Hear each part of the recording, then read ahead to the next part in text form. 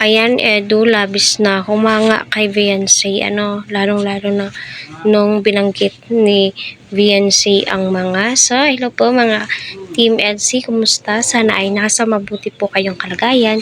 San mang dako kayo ng mundo naroroon. Shout out po sa inyong lahat.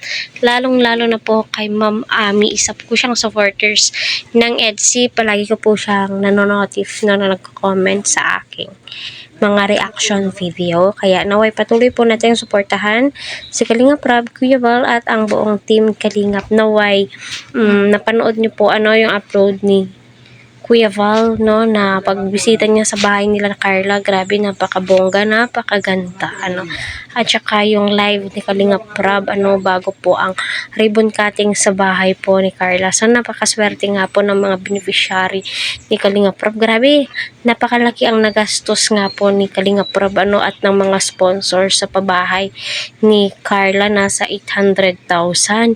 At hindi pa ata kasali yung mga kagamitan, napakalaki ng TV. Hoping and praying kay Beyonce. Alam naman po natin na napakarami na po ang excited. So si Edu is labis na humanga, pinabilib ni Beyonce, Kaya si Edu ay nabighani ng husto.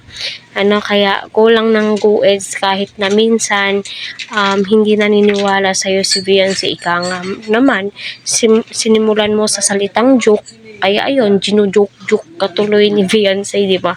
May sinabi si Beyonce doon na sabi ni Edo, baka hindi mo mapanindigan, kaya huwag kang magsalita ng ganyan, di ba?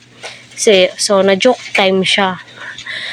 So gayon pa man, nakakabilib nga naman ang ugaling meron si VNC, at memorize niya lahat ng mga sponsors niya, kung sino ang nagbibigay, ganun po talaga, So, panoorin muna natin. Si washing po na binigay ni Sir dito. Yung pang-una, binigay, washing machine. Grabe sa mula ng mga sponsor natin. Opo, kasi pinapalagan po namin yung mga binibigay ng Kasi ngayon lang din po kami nakatanggap ng mga ganyan. Tama yan. Ikaw babago.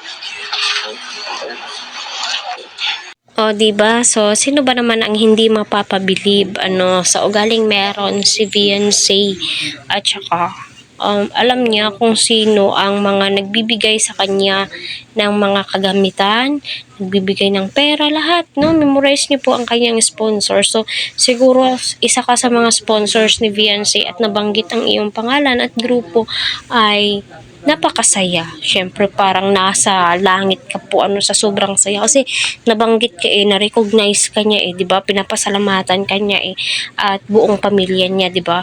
So isa ka sa mga dahilan kung bakit nabago ang buhay ni Beyonce, 'di ba? Nakakatuwa at nakakataba ng puso yung mga ganitong tao, yung tipong super thankful sila nang dumating ka sa buhay nila, diba?